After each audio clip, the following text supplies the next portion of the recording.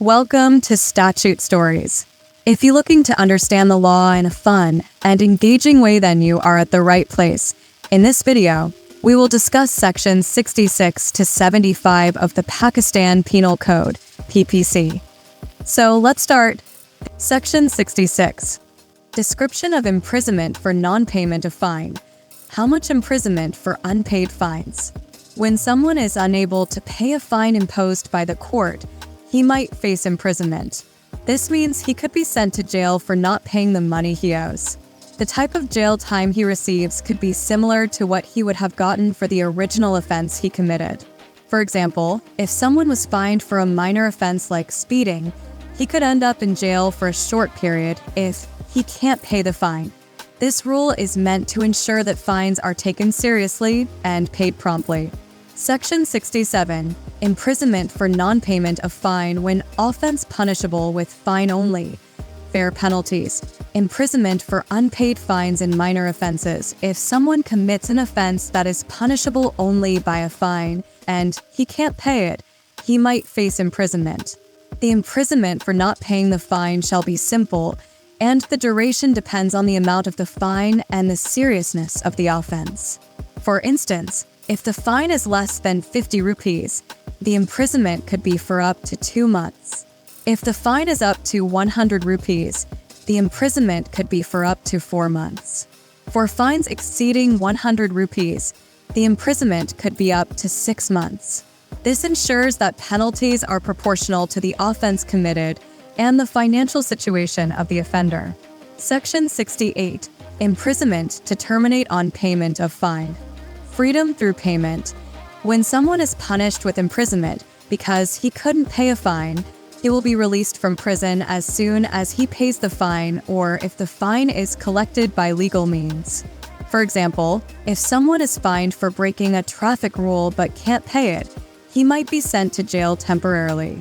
However, once he manages to pay the fine, he will be released from prison. Section 69.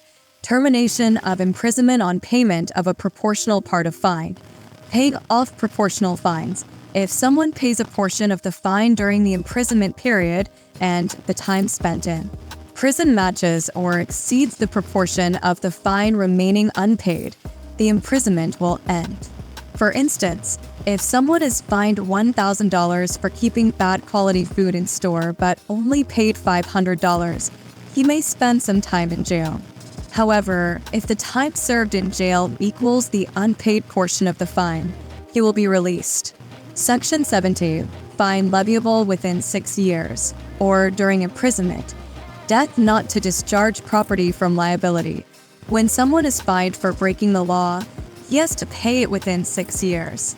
Even if he is put in jail for longer than 6 years, the fine still has to be paid. And if the person dies before paying, his property can still be used to pay off the fine. For example, if someone gets a fine for robbery and doesn't pay it, the government can take money from him or his property, like his car or house, even after he dies. Section 71. Limit of punishment of offense made up of several offenses. Multiple offenses and one punishment.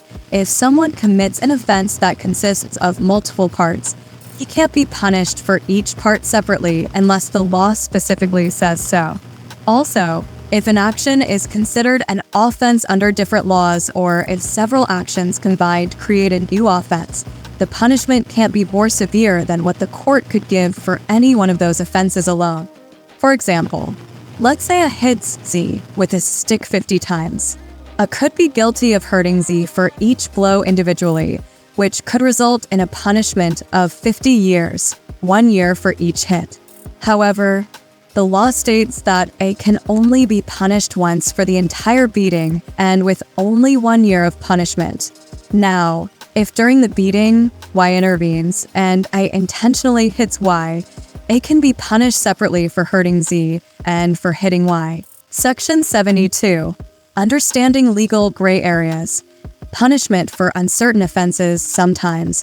In legal cases, a person might be found guilty of one of several offenses, but it's not clear exactly which one. For example, if somebody hits a car to a fruit stall and damages property, it's uncertain if it was intentional or not. In such cases, the law states that the person will be punished for the offense that carries the least severe punishment among those in question. Section 73. Understanding solitary confinement. When and how it's applied, solitary confinement means keeping a prisoner alone, away from other prisoners. According to the law, if someone is convicted of a crime that leads to rigorous imprisonment, a more severe form of jail time, the judge can decide to put them in solitary confinement for part of his sentence. The length of solitary confinement depends on the total length of his imprisonment. If the prison term is up to 6 months, solitary confinement can be up to 1 month. If the prison term is more than 6 months, but less than a year, solitary confinement can be up to 2 months. If the prison term is more than a year, solitary confinement can be up to 3 months. Section 74. Limit of solitary confinement. This means how long someone can be kept in solitary confinement in prison. Maximum duration. A person can't be kept in solitary confinement for more than 14 days in a row. After these 14 days, he must have a break that is at least as long as the time he spent in solitary confinement. Number 2. In case of long-term imprisonment, if someone is in prison for more than 3 months, he can't be kept in solitary confinement for more than 7 days. Imagine you have a strict teacher who can send you to the quiet dark corner, solitary confinement, if you misbehave. The rules say can't be sent to the quiet dark corner for more than 2 weeks straight. After those 2 weeks, you must spend at least 2 weeks back with the class before you can be sent to the quiet corner again. If you're in school for a long time, like a whole year, similar to a long prison sentence, the teacher can only send you to the quiet corner for 1 week each month. After that week, you get to stay with your classmates for at least another week before the teacher can send you back to the quiet corner. Section 75. Repeat offenders. Life imprisonment for serious crimes. This section sets out the punishment for people who commit serious crimes repeatedly. Number 1. Initial conviction.